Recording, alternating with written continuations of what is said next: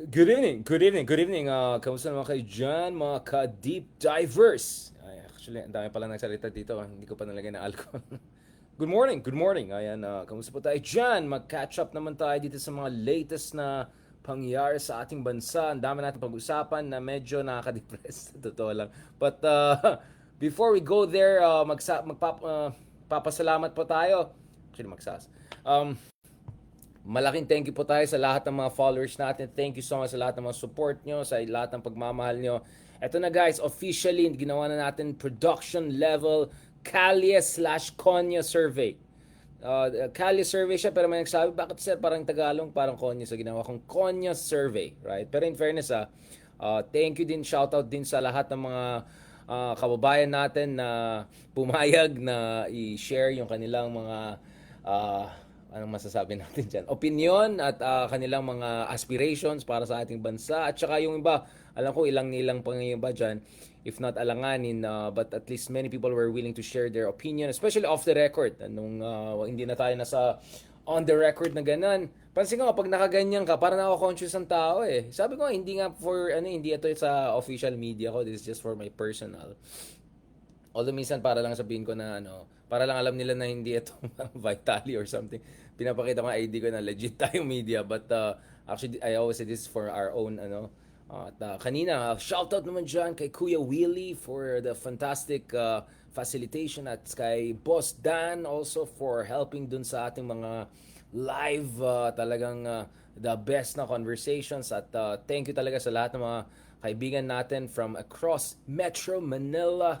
Since gumawa na tayo guys on the ground sa Pasig, kinover natin yung kay Mayor Vico. Of course, you're free to watch already, which I shared that. Multiple versions, different platforms. Minsan nakatatlo pa yung hawak ko eh. Meron akong DJI, meron akong isang Samsung, isang iPhone na live YouTube. Ganun sa tatlo hawak ko. Literally, pag nakita nakaganyan kamay ko. So, lahat na share natin. Caloocan, we have also been Caloocan. Although kanina dumaan din tayo malapit sa Caloocan at saka yung ibang regions ng Caloocan, yung Manila, Caloocan, Southern Caloocan territory duman tayo dyan, yung mga dinaanan din ni Vitali na daanan natin. And of course, syempre, dumaan din tayo sa Mandaluyong, courtesy of best wishes sa mga kaibigan natin si Kristan. By the way, check out yung interview ni Kristan with Sir Ronald Llamas. Napakaganda pala interview nila. Talagang iba rin si Kristan. So, sa sobrang natuwa natin si Sir Ronald, dami din views. 300,000 yata yung views. Sabi ni Sir Ronald, gawin natin tatlo naman tayo. So, i-set up din natin yan. Siguro post-mortem. Today, mag-pre-mortem ulit tayo. But post-mortem, post-election analysis. At saka pre-2028. Project 2028/Llamas analysis. Just to be clear, okay just to be clear, kaming dalawa ni Sir Ronald, officially hindi kami pwede mag-endorse. Ako, I cannot endorse anyone officially precisely because tayo po ay nasa media. It's an ethical consideration for me. So I cannot officially endorse anyone. But obviously, of course, people know malapit ang puso natin sa iba dahil malapit ang adikain natin, yung iniisip natin na kailangan nating bansa. But as much as possible, I try to be as objective as possible. So, pasensya na ako officially, I cannot endorse anyone. Although, thank you kay Sir Mark.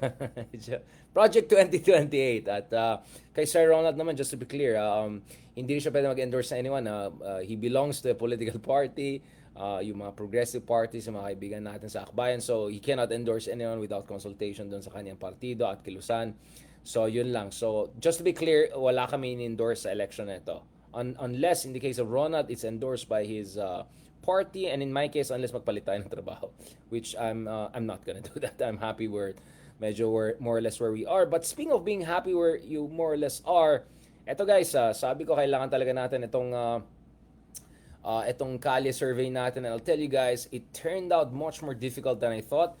Actually, interesting, nung first thing na ginawa ko na walang ganyan, walang videographer, yung ginawa ko lang na DJ, immediately lahat ng kausap ko, actually yung mga tao pa nagre-reach out eh. Immediately may nakausap ako. Pero nung pansin ko, the moment na may ganyan tayo lalagay, tapos may videographer na nagiging conscious ang tao, which is quite interesting. Na-surprise ako na conscious yung tao. Parang pag ganun, biglang nahihiya na. Pero at least in fairness, marami din tayo nakausap. More than a dozen folks from apat na different locations. Of course, umikot na naman tayo sa QC, hindi lang dito sa area dito, yung kabilang area, dahil pumunta tayo sa sa Manila, sa may condominium area. Uh, Parang 10 ba yung gwardiya dyan sa condominium. Ang hirap naman pumasok doon. And then, after Tondo, pumunta naman tayo sa Makati Ave area. Para naman background natin is the Trump Tower, Trump Tower. Guys, wag niyo kalimutan may Trump Tower tayo sa Manila. Alright, so para Trump Tower yung background natin, umikot tayo dyan at saka may mga na-meet tayo ng mga kaibigan natin na Salva Kuta, the Bloods and the Crips and the KKK, yung mga ganun, buyaka siya. And then of course BGC naman talagang medyo konyotik at yung mga kameta natin, shoutout sa mga kameta natin na na-meet natin dyan sa BGC. Thank you so much sa inyong lahat, sa inyong pagmamahal, and of course dun sa mga kaibigan natin, mga kabataan, Gen Z, second time voters, yung iba nakabumoto na noong 2022 at bumoto ulit. Thank you so much sa inyo lahat for sharing time, your love. Sige na nga, thank you na rin dun sa iba ng daldal pag off the record, pero pag nilagay ko na yan, bigla, ay sir, wag na lang, nakakaya. Tapos isa, sige nga, tapos wag na. Nakakainis naman talaga yung mga pakipot pa kang ganyan. O di, wag na tayo ano na tayo. Ay, naabo naman eh.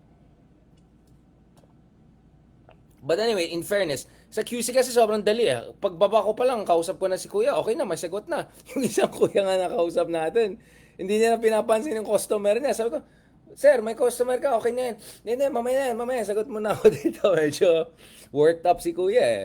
Kasi isang kuya nakausap natin, ayaw niya na bumoto eh. Huling boto niya, 2016 daw. Pero sabi niya, baka naman, boboto siya ulit. Pero he got worked up, so in a good way naman. So, hindi niya na pinapansin, damit ka customer diyan. Ginaganon ko na si kuya, yung customer ka, napansin mo. Tapos yung customer din, parang nakikinig na rin. Oh, okay, sige. Parang hindi ata nag-agree yung customer sa kanya. But anyways, tuloy naman yung transaction, so hindi apektado. Yun naman isang ate naman nakausap natin sa may Makati Ave naman area. Si ate naman, in fairness sa kanya, she shared her own personal experiences. Twice daw siya naging biktima ng mga snatchers at yung mga petty criminals, if not worse, over the past year daw or so. So at least yung mga kanyang mga opinion, kanyang mga sinasabi base doon sa kanyang karanasan. Pero to be honest guys, pag ikot ko from different major cities sa ating Metro Manila, hindi Southern Europe to. Yung Southern Europe ay Benguet pa. But anyway, um, wow, the range is quite wide.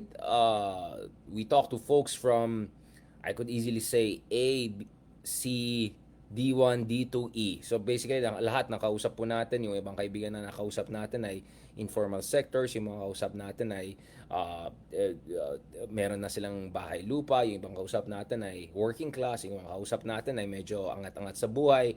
Yung iba naman mga fan supporters natin, may mga alta theodad pa tayo. At shoutout dun sa mga dati natin mga estudyante ng Ateneo na yung kanilang mommy and titas ay followers natin. Parang ayaw tayong follow ng mga estudyante natin, pero yun, I'm just kidding aside. But shout out, thank you so much sa lahat ng mga sumusuporta sa atin. Great time, amazing time, wonderful time, beautiful time, beautiful time. But, nagsisink in pa rin sa akin, but I'll tell you guys, nothing surprises me. I mean, nakita ko kasi yung reaction eh. I think people have seen yung ano, nakita niyo na 'di ba? Yung first version na pinost ko na walang videographer, yung ako lang mismo, yung walang ganyan, walang ano, yung DJI lang nakaganyan lang ako, pocket tree lang tapos nag-uusap kami ganun. Oh, nakita na 'di ba? Interesting conversation. Nakita ko marami pa nga naiinis sa mga ano. As you can see guys, yes, madaldal tayo dun sa mga ano, like, back and forth, dialogical, parang Socrates, classic Socrates sa gitna ng agora. Yes, pero kita niyo guys, hindi ako nagko-contradict ha. Hindi ko sinasabi, oy sir, mali ka. Or actually, even fact-checking, di ko na ginawa eh. Parang I was really in a... So kahit ang daldal ko, ang dami akong tanong. Pero actually, strictly tanong lang siya. And really, I wanted to be as Socratic as possible. Like, I'm never gonna give you the answers. I'm gonna help you see the logic or lack thereof of yung sinasabi mo. And actually, napapansin nyo, di ba, dun sa mga, hindi naman back and forth, pero yung dialogical process, nakikita mo talaga ng ibang kababayan natin.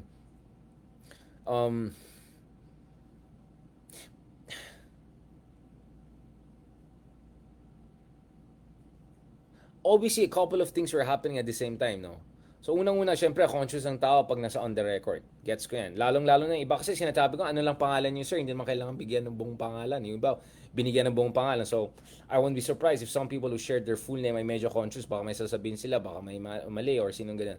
Yung iba naman, so obviously, baka hindi tayo kilala, whatever, sino to, parang ganun. So, first of all, of course, yun yung isang limitation.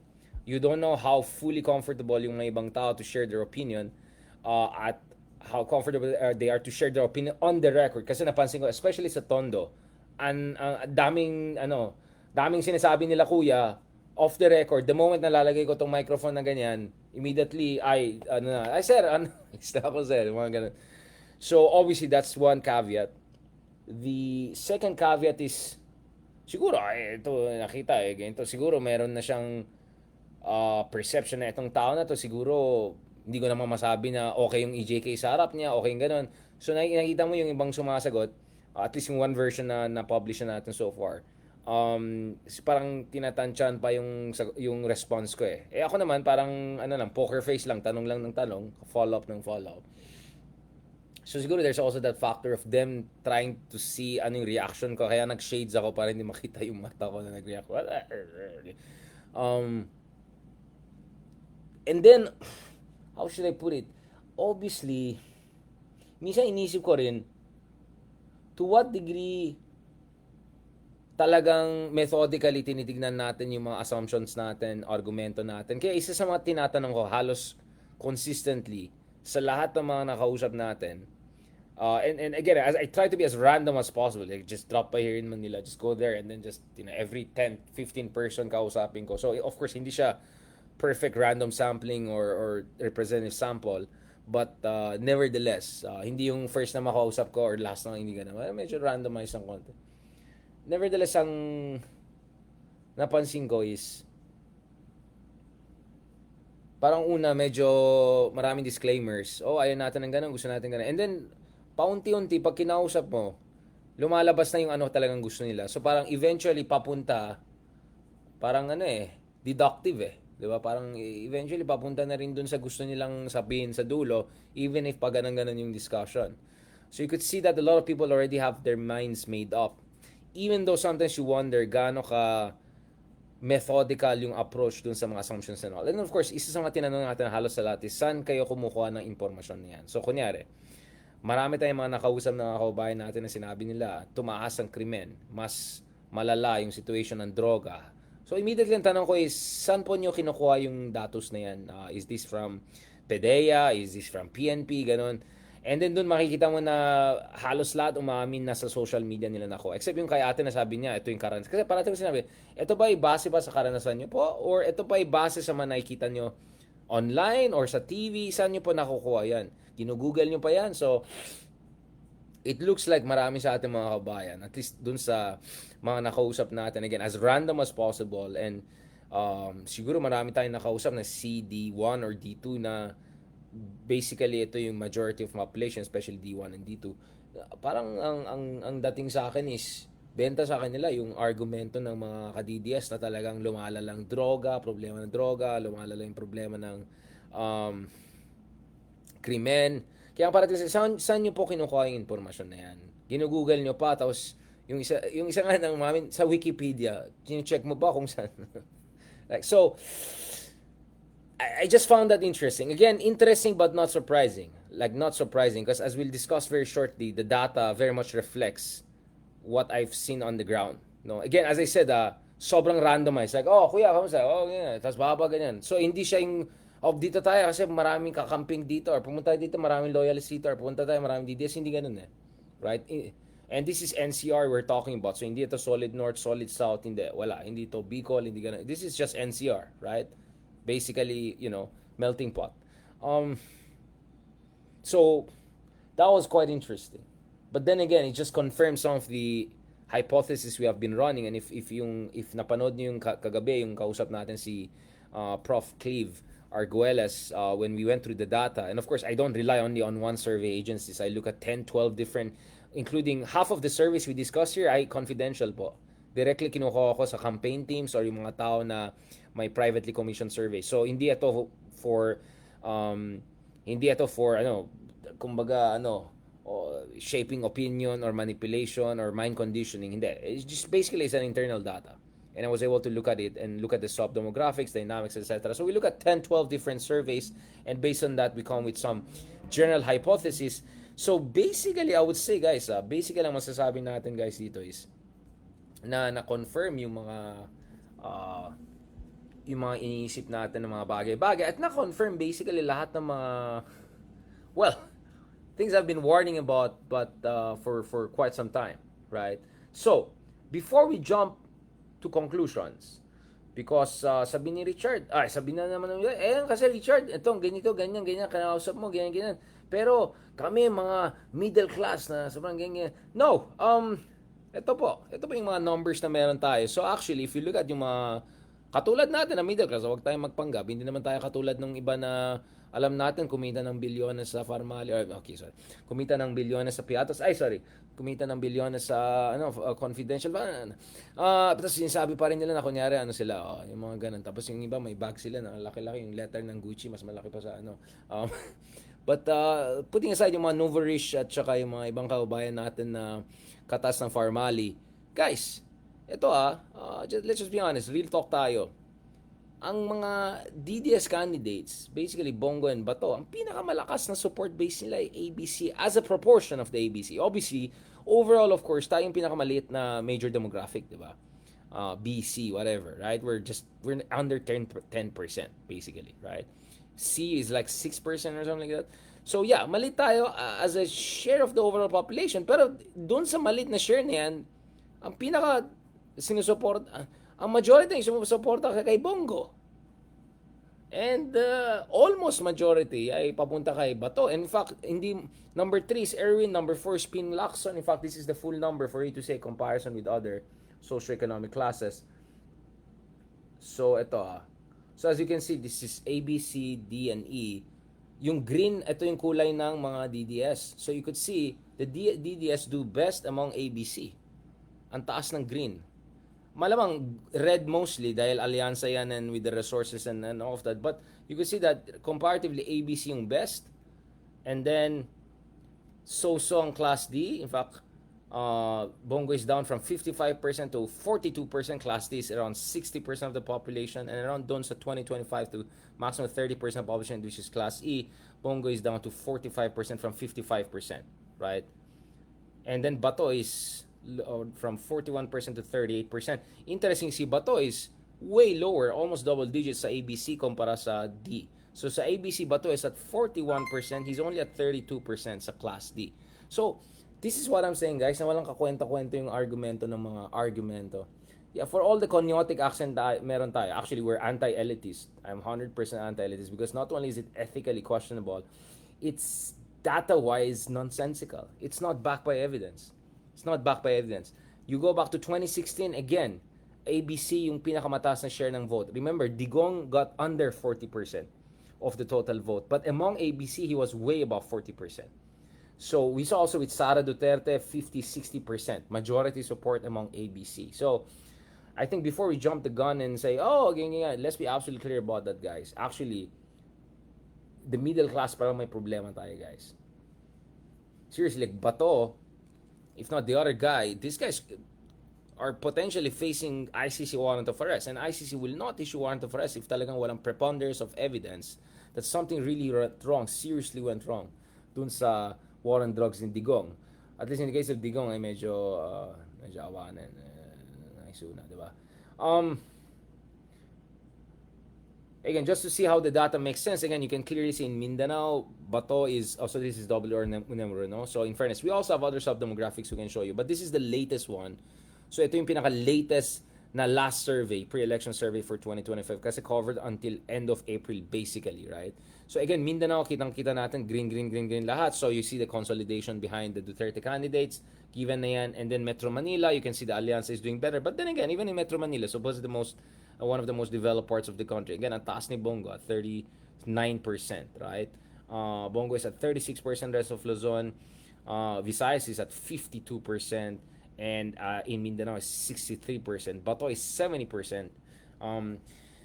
Now, interesting. What I found interesting dito sa survey niya is Kibuloy is only at 25% sa Mindanao. And speaking of Kibuloy, why is it important for us to talk about this? Because guys, kanina lang, paggising natin, una nakita ko news is etong si si Sia ba to? Si Attorney Sia. Sabi ko to eh.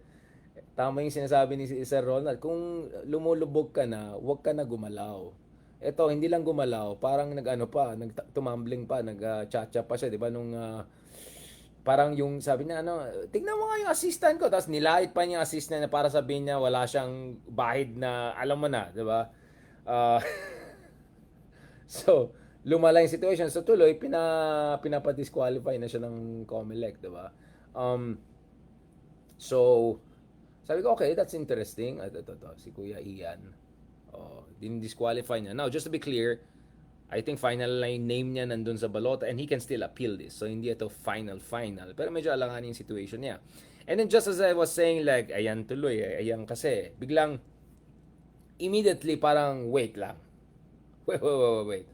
Okay, pinapa-disqualify si Kuya, di ba? Yung COMELEC Second Division disqualifies Pasig Lone District Representative Bet Ian Sia over lewd remarks regarding single moms. Aside from his remarks jokingly offering himself to menstruating single moms, Sia's comments on the weight of his former assistant was also used as a basis by the division ruling. Dito ayon sa breaking news kaninang umaga. COMELEC Chairman George Erwin Garcia said Sia could still appeal this decision before the Paul body en banc up to the Supreme Court. So pwedeng tumagal yung issue na yan, but nevertheless, this could be used, sabi ng kalaban na ma-disqualify na, huwag niyang botohin na sayang boto niyo. But then again, it immediately raised this question, right? Which is like, wait, paano yung isa na nahuli sa CCTV, lalo na yung audio version, di ba? Na alam naman natin na parang hindi tama yung ginawa niya, di ba? Parang wait lang, paano naging lewd comments niya was a ground for disqualification, pero yung iba more than comments lang ang di ba? And yet parang and apparently February pa nangyari yan at na-forward na sa DOJ yan, so bakit hanggang ngayon hindi yan inaksyonan? And then just when we thought like that's interesting enough, yung iba naman nagsi-share ng itong meme na ito, nakita natin itong meme na to na nagse-circulate kanina, which again just it's like, yeah, where's the consistency there, or what is the yung kay Kibuloy, di ba? I mean, the cases against Kibuloy are pretty serious. I mean, FBI most wanted. I mean, you have multiple courts in, like, again, obviously, hanggang, hanggang you're convicted on grounds beyond reasonable doubt. I get that. Your presumption of innocence until proven guilty, which is, of course, dyan tayo nagkakaiba sa ating mga kaibigan na DDS na parang guilty na kaagad until proven otherwise, di ba? Medyo ibang political system yata yan. But tayo, naniniwala tayo dyan. But nevertheless, parang eto, medyo kabastusan allegedly yung sinabi, naging ground ng yung iba nga, medyo seryosong kaso yan, di ba? So I mean, then again, that's my point. Like, okay, it's good to see na there's the tolerance for yung mga walang kakwenta-kwentang mga comments at yung mga kabastusan ay bumaba, but at the same time you're looking for consistency there and looking at even more serious cases, right? Whether it's physical assault, grave injury potentially, or in some cases you're talking about serious allegations of human trafficking among others, right? Na FBI wanted list na nga yung isa. So doon medyo napaisip na tayo, 'di ba? Kamusta naman ang CCTV natin diyan, 'di ba? So as much as nakita ko marami nagse-celebrate dito, I was saying like, yeah, where's the consistency? Right? Where's the consistency? At saka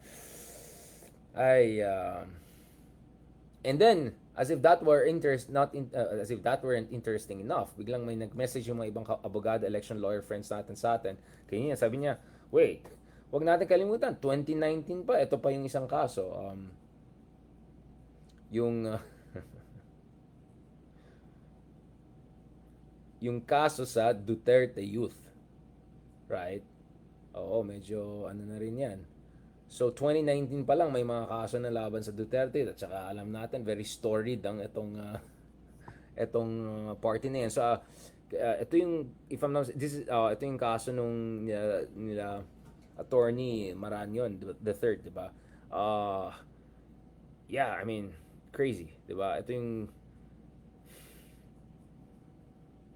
after we discovered it's actually not registered yet it is being allowed to participate. Parang hindi pa sila registered ng 2019 pa and all of that. So, I mean, Duterte Youth also has some serious issues and all of that. And then, interestingly, parang sila rin nagpo-push for nagpo-push for impeachment ni BBM. Wait lang ah. Wait lang ah. Bago tayo mag-impeachment ulit, ayusin muna natin yung na-impeach na. And speaking of yung na-impeach niya, kamusta naman ang Senado natin? Which is why guys, nakaka-frustrate yung hindi lang yung mga naririnig natin sa mga 'di ba, sa mga Konya survey na mas nakaka-frustrate yung ating Senado ng pinaggagawa nila. Ilang buwan na, fourth week pa rin tayo.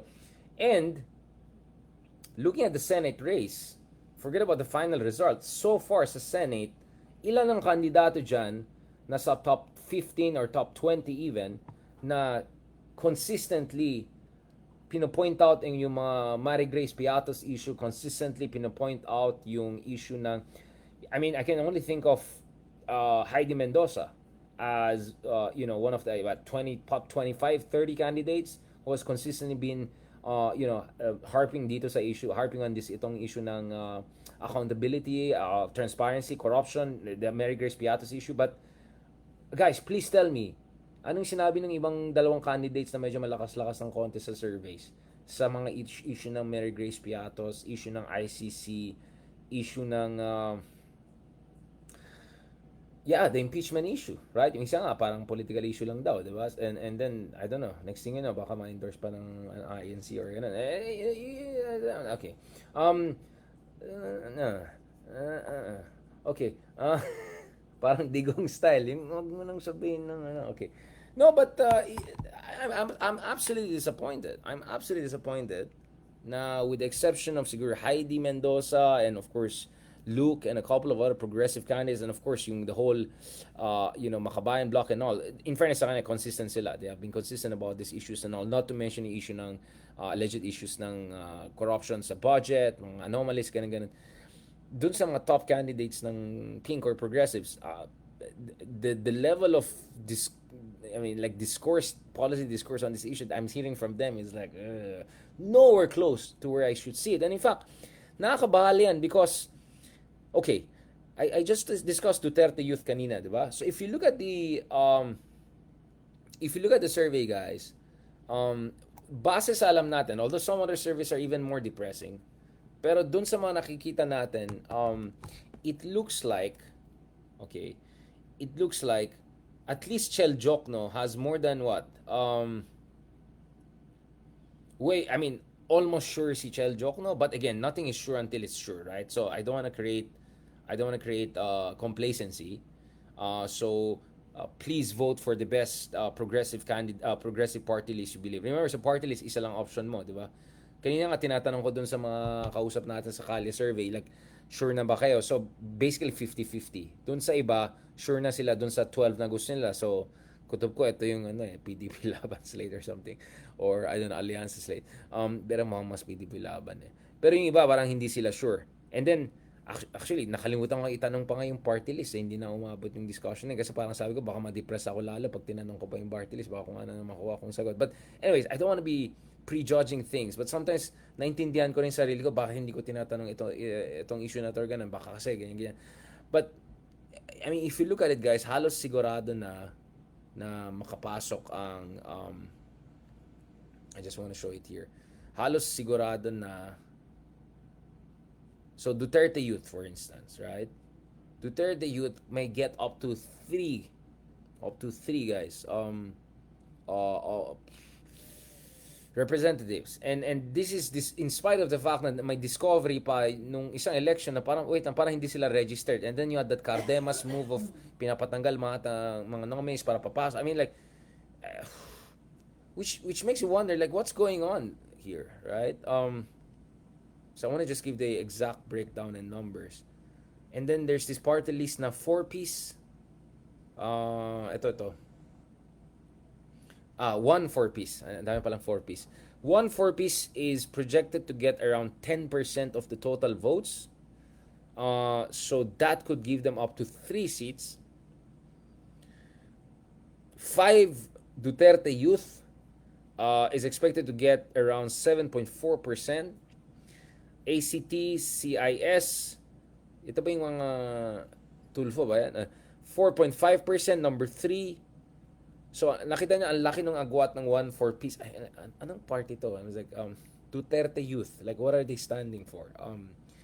At least yung CIS, medyo alam natin sa Krimen, ganun. And then, my Solid North Party. Ang taas ng Solid North, ha? 3.6%. So, gumana pala itong mga Singson at saka yung mga ito, mga billboard na nakita natin. Si Chavez Singson, hindi na natuloy yung kanyang senatorial bid. But in fairness, yung Solid North na alam ko parang affiliated sa kanila or something. Number 4, pretty high. Tingog ba yan? 3.5%. Ako Bicol, medyo mainstay yan. 2.9%. So baka 2 seats ang makuha nito. Ito, Kabataan Party List, around the same. Tapos Uswag Ilonggo. And then FPJ Panday Bayanihan. So ito, yung congressman po na to. Congrats. Okay, and then LPGMA, 2.1%. Pinoy Workers. Ito ba ay progressive? 2.0. United Senior Citizens, 1.9%. Asensio Pinoy. Espanol. Atencio Pinoy. And then SBP. Ano yung sports? 1.7%. 4K. Ano yung 4K? Ano yun? Sa ano ba yan? Sa drone ba yan? Resolution ba yan? And then Nanay 1.6%, Kalinga, so I suppose this is for representation ng mga kaubayan natin na Cordilleran, of course our fellow Cordilleran na minamahal natin. 1.5%, BHW 1.4%. So we're already at number 18, guys. So ito siguro mga taga one seat ang mga kuha ng mga to. Agimat at Tubad. Agimat. Ano bang pinaglalabanan nila? Okay. So Agimat is statistically tied with Akbayan. So Akbayan it's not even top 20. Or tied at 20th with Agimat. And lower than BHW and Tupad. Okay. And then my Dumper PDDA. Then Sibak, medyo kilala natin itong mga to. And then Murang Kuryente. Parang kilala ko itong mga to. Murang Kuryente, okay. Anong mga gawa nila with one seat? Kasi mga one seat lang at most makakuha nila. Ma-overcome ba nila lahat ng mga anti-regulation, alam mo na. And then ako Bisaya, 1%. Bicol sa araw, Pusong Pinoy. Ano bang ng kapatid natin dito? Ano ba? Gilas Pilipinas. Pusong Pinoy. ACT Teachers. So ito yung legit na I think sila Congressman Castro. Senior Citizens, basically. And then AIA. Ano to? Insurance company ba to? Ano ba to? AIA. ASEAN Institutionalization. What is this? Anyway, ano daw? Heart AIA, parang to, insurance company, ano to? Balikan natin. Number 1 is 1-4 piece at 10.5%, way ahead of everyone. And number 2 is Duterte Youth. So, wow. And yeah, wala man lang 1% yung mga ibang party list na at least alam natin na meron talaga silang track record of standing up to EJK, standing up sa talagang kabalastugan at saka alam mo na, di ba? So I'm talking about Magdalo Party, nila Trillanes, matagal na yan, nila Gary Alejano, silang dalawa yung isa sa mga nag-file ng communication, isa sa mga grupo na nag-file ng communication at complaint dun sa ICC, which eventually led to the arrest and likely, lifetime essentially ni Digong dyan sa The Hague. They're not even here. They're not even at 1%. So, saan po yung ating enlightened na mga supposedly mga very enlightened na mga mata pobre dyan na bine-blame yung mga kaubayan natin na, di ba? Kaya nga balikan ko yung, di ba? Totoo po yan, yung ABC po ay maliit. ng proportion ng ating population, but it's still more than 10 million people, right? It's more than 10. We're like what, 120 plus million people. So 10% of that, you're already talking about 12 plus million, right? Um, in fact, you can even consider upper D as almost, middle class. And then yung mga party like mamamayan liberal, not even 1%. I mean, if I look at this, I'm not sure like how is Leila de Lima gonna make it. To be honest, if there's no rally. So honestly, kahit forget about 1 million dun sa 10, kahit 1% lang ng ating ABC, sorry, 1% ng ating voters or 10% or less than 10% ng ating ABC ay nag-rally behind isa sa mga totoong partido or party list na talagang may track record na nag-represent ng ating mga marginalized communities or at least lumalaban para sa karapatan ng ating mga kabayan na inaapi, whether ito yung war on poor, war on drugs in Digong, or etc. I don't see any crystallization, any fossilization, any mobilization, wala.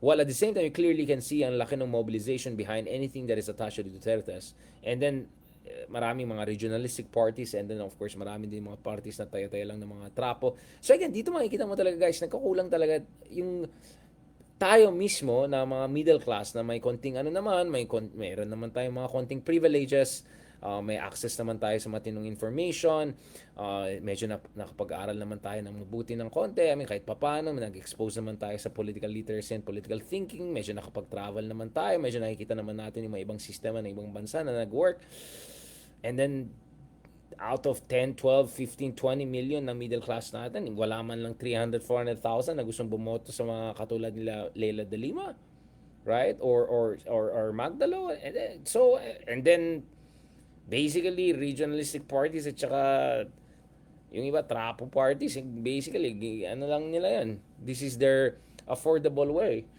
to get back to the Congress. So yung iba naman I don't know, nagparty list, nagpatay ng party list, ginawang negosyo ng pamilya hanggang 7th nominee, purong kapitbahay, purong kamag-anak, ganito, ganyan. And then yung iba pa, parang nag-graduate na sa mundong yan, kasi iba nang gusto nilang takbuhan.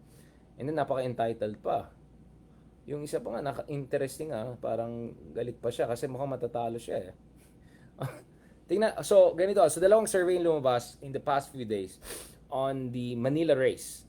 Pansin ko, nasa Tondo tayo kanina, I was expecting actually pretty straightforward answers or mga komportable yung mga tao. But I don't know if people are looking at the actual state of the race. So a less legit survey, I'll put it mildly, puts it at 40 plus versus 40 plus, but still Isko in the lead. But the far more, I would say, a credible survey like Okta, for instance, puts Isko at more than 60%. So parang basically tapos ng laban. And that puts Mayor Lacuna in a very difficult position, and also ano pala niya? Sam Versosa, right? Sam SV, right? And ano sabi niya kanina? Sabi niya? Ano sabi nung isa? Ano daw? Minsan lang po ako tatakbo, sana wag niyo pong sayangin. Ayos yan Parang parang nililigawan mo siya tapos parang ayaw sumagot sa tasay. Mag-thank you ka nililigawan kita, ganun, sayangin mo pa ba yan? Parang ganun ang dating sa akin Medyo entitled yata tayo Baka naman, diba, ang tao ay medyo gusto maniwala doon sa pwedeng paniniwalaan. But anyway, I don't want to get into those local fights and all of that, whatever. My sense is, Isko na yan, panalo na yan. And we can have a long conversation about that. Isko was also just endorsed by, at least one of the supposed biggest religious organizations in the country na hindi Catholic Church. So, halos parang sigurado na siya, or at least the fact na na-endorse siya ng grupo na yan, that means na halos siguradong lahat naman nanalo siya. But anyway, so I want to end on this point kasi sabi ko, all the data I'm looking at is actually very frustrating because it just shows na kahit isang maliit na portion ng ating population, isang maliit na portion ng even yung ating middle class population na hindi nag-mobilize behind the good candidates. Like, neither Bam or Kiko or Heidi or whatever candidates na alam naman natin na walang bahid na duda pagdating sa good governance, parang ganyan, or at least yung basic merit, hindi naman clean slate. They're not even in top 5, barely top 7 dun sa mga preferred candidates ng ABC natin. Party list, whether representing Leila de Lima, whether representing Gary Alejano and yung kasama ni Senator Trillanes, I don't even see them getting 1% base dito sa mga surveys na nakita ko. So, we got serious problem, guys. And then kanina, nagsink in, ay hindi naman nagsink in, alam na natin yan, pero talagang parang it's so hard to ignore it. Basically, ang basa ko, guys, is for 6, 7, 8, 9, almost 10 years, itong DDS troll farms ay na-create ng sariling information ecosystem.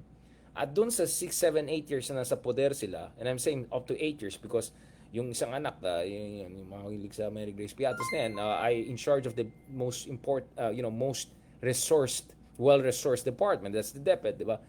Sa tingin ko, guys, I mean, I think sobrang lakas ng itong alternative facts information ecosystem ng mga DDS. All they need to do is just to muddy the water and come up with some whatever disinformation, misinformation, whatever, mumbo jumbo, and a huge number of folks are already in that ecosystem. Napasok na sila sa algorithm na yan. Some would even say, rabbit hole na yan, di ba? Informational or disinformation rabbit hole na yan. So, kaya kanina tanong ako ng tanong, saan nyo po kinukuha yung informasyon nyo? Saan nyo kinukuha po? Anong basihan? May mga fina-follow kayo ng mga datos, think tanks, eksperto, teorya, influencers, vloggers, ano po? Honestly, I really didn't get a clear answer. It's like either like, oh, yeah, social media lang, yan. And then may iba dyan na may karanasan sila. Although, of course, I mean, I just give the benefit of doubt na totoo yung sinasabi na ito yung karanasan nila. I will give the benefit of doubt. And sabi ko nga talagang, talagang sorry talaga if to see na nangyari yan. But I don't know, like, even if we were to allow for the argument that okay, medyo tumaas yung petty crimes, so okay sa atin na may libo-libo sa ating mga kabayan ay namamatay nung panahon ni Digong, okay lang yan dahil lang walang snatcher masyado. And again, saan nyo kinukuha yung idea nyo na mas malala ngayon or like, is this based on some verified data set or is this like some whatever people are watching on TV or on social, actually not TV, on social media? Kasi kung TV, bata pa lang ako, purong TV patrol, patay, sensationalization. But yun ang sinasabi ko, malalim ang problema po natin, kaya I'm not surprised na some would put the Duterte base of support more or less at exactly where Duterte was in 2016, which is around 4 out of 10 Filipinos, right? So this is a hardcore of around 15-20%, and then another softcore of 20% to put it together and crystallize the ahead of elections. And after Duterte, basically whisked away to ICC. So you bake at 4 out of 10, and okay, you can say that's still not majority; it's a plurality, sure. But as I said, if this were a parliamentary system, 4 out of 10 would have given you already the mandate to form a government, right? All you needed is a secondary party at around 12% of the votes, and then you already have a majority to run a government, right? That just gives you an idea na meron tayong malaking problema. Okay, ang laki ng problema natin, guys, kasi sa isang banda, kitang-kita natin, right? Sa isang banda, kitang-kita natin na medyo kulang sa decisiveness, let's just put it that way, or follow through yung ating commander-in-chief. Like, okay, after tinetreaten ka ni Sara at yung pamilya mo ganun, and then nag-speech ka, and then what is next? And then sabihin mo, nothing is impossible, blah blah blah. I've been saying this for quite some time, walang follow through. Okay, ICC, dinala sa ICC. Next day press conference, anong sinabi? Merang on one hand, on the other hand, and then next thing you know, sila Torre, yung mga ganun, they were just like left to the wolves, right? Dun sa hearing na yan, di ba? But for me, okay, whatever, right? Like masisisi mo ba yung taong yan? I mean, hindi naman siya, he never really had to work hard for anything, to be honest. But going back to the opposition, as I said, yes, if it's Heidi Mendoza, if it's gonna, yeah, consistent sila in fairness sa issue ng Mary Grace Piatos, ganun. Pero yung iba, lalo na yung mga iba na medyo malaking chance na manalo. Or actually not that much rin if you look at some of the, yun nga yung sinasabi ko guys hindi nagsi-step up yung iba Hindi nagsi-step ang iba. Whether it's the commander-in-chief, whether it's the pink opposition, or at least their most competitive candidates, kaya andito pa tayo. Basically, we are where we are. Kung saan, DDS is still the only game in town. And I don't know how many more opportunities for crystallization, mobilization of a counter Duterte coalition is gonna be missed until magigising ang tao sa katotohanan na actually if you don't get your act together sooner than later, magkakaroon ka ng what I've been saying since last November, populist comeback just like Donald Trump. Remember, Donald Trump also, his base is not more than 40%. The MAGA is probably 15-20%. But if that's solid behind him and then he gets the rest of Republicans behind, the next thing you know is he has easily 40-50%. And with that, he's already the president, most powerful man on earth. It's doable, guys. It's doable. Even with the plurality, you can create a hegemonic bloc. We see that in India under Modi. We see that in Hungary, and as I said, even arguably in Turkey. I don't think majority na talaga si Erdogan, but still basically the de facto strongman of Turkey. Even with Russia, this is totally non-democratic system, but even with the United Russia Party of Putin, they were not getting really like 70-80% of the votes, right? So, what I'm saying here is that, guys, kung hindi mag-step up si BBM, hindi mag-step up mga pinks, lalong yung mga iba na may chance maging senator or baka nga maging senator by next week, or at least maging senator-elect by next week, good luck na lang sa atin, guys. Good luck na lang talaga sa atin. But as I said, ang problema talaga natin ay mas fundamental. It goes back to the fact that, guys, hindi natin inayos ang ating education system for a very, very, very long time. So, isa sa mga bagay na hindi natin inayos after the collapse of Marcos dictatorship is maraming mga gumagawa ng curriculum dyan, education curriculum dyan, mga history books dyan na basically either loyalista or medyo ewan, diba? And they were allowed to get away with mumbo-jumbo history. So, there goes your political literacy, historical literacy, right? And then next thing you know, ano ba yung kalagayan ng ating mainstream media? And my goodness, tingnan mo naman yung social media natin, ang daming mga trashiness and basically literal trash, in terms of information trash, etc. And then, look at our indicators of education. I mean, total collapse in terms of functional literacy, in terms of PISA rankings, anything. Even our university rankings, not even one Philippine university made it to top 500 in Asia. Forget about the world. During my time, top 200, 300 at least ang UP, for instance, and Ateneo. Araneo. So we're paying the price for that too. But my point is, these are structural problems which will take years, if not decades, to fix. In the meantime, you need leadership. In the meantime, we have to compensate for that structural deficit, structural crisis. Pero kung bati yun ay kulang, so apparently, kasama pala sa structural problem natin, wala tayong strong leadership ng opposition or counter the DDS, whatever. Kaya the DDS are winning it by default. This is my argument. Honestly, tingnan mo naman yung ano nila, sa totoo lang, I mean, minsan, more than minsan, natatawa tayo kasi parang, what? Anong ewan na yun? But they're the only game in town still.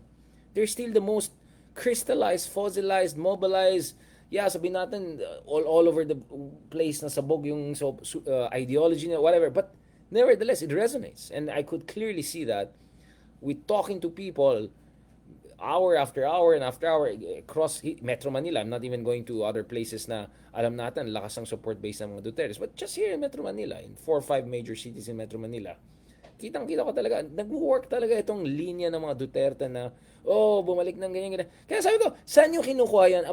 Ano yung basihan nyo na sabihin yan? Basically, sabi ko lang, hindi, sa social media, online. Then that's it. Obviously, I was not there to challenge them, and that would defeat the whole purpose. Ba't pa ako magkali, sir, kung magde-debate lang ako or let me educate you? Wala eh.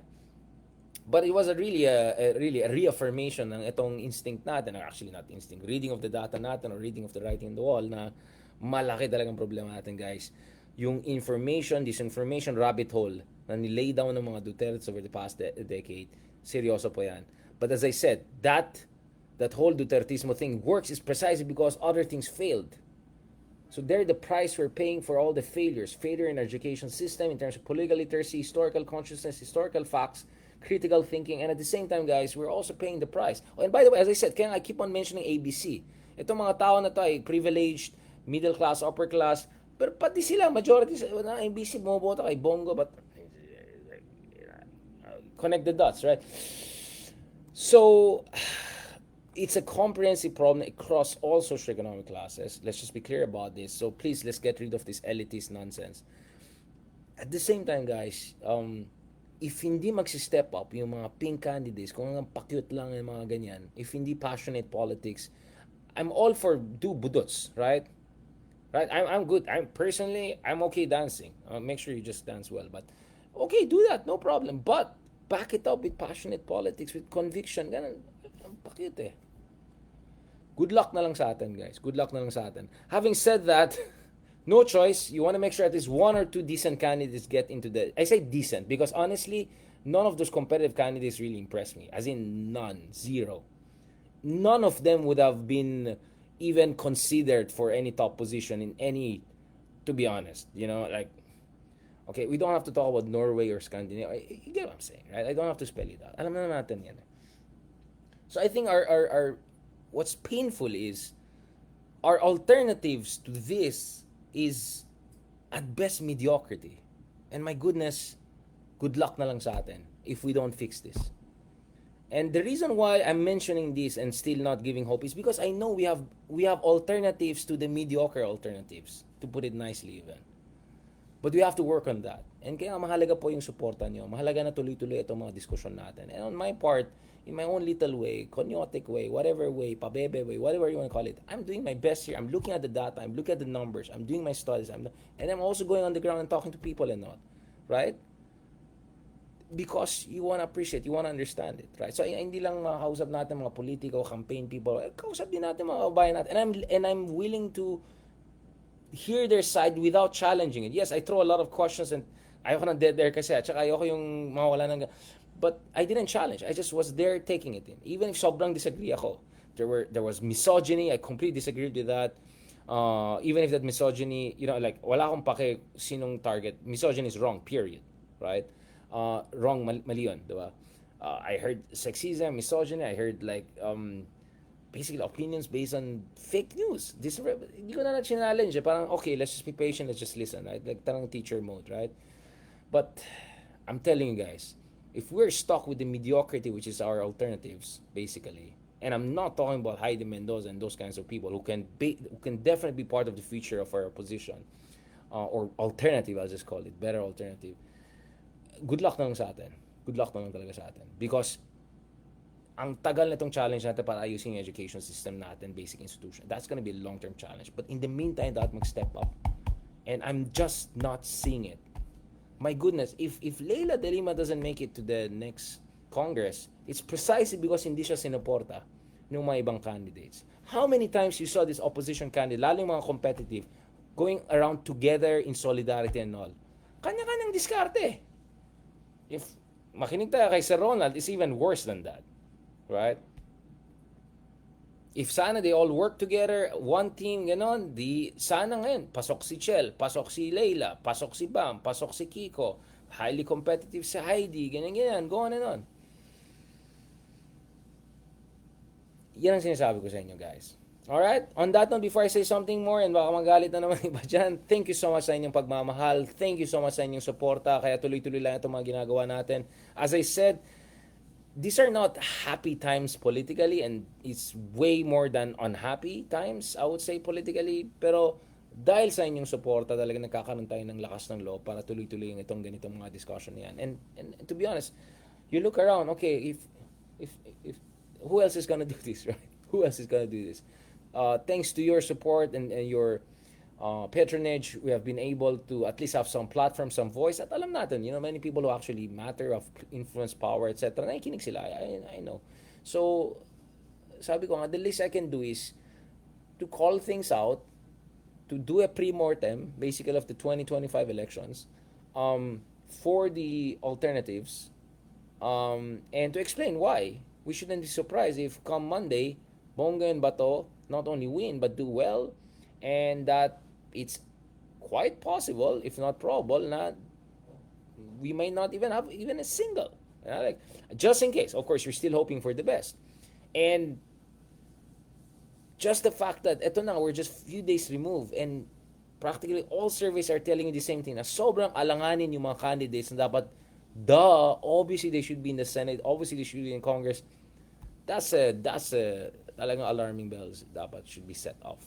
Alright, on that note, thank you very much. Good evening for following us dito sa ating deep dive with Richard Heydarian. On that note, thank you very much, and don't forget to be a member of our YouTube community and to follow us on Spotify. Nag 1 million stream na tayo on Spotify. Hindi madali yan on podcast. Medyo mahirap yan.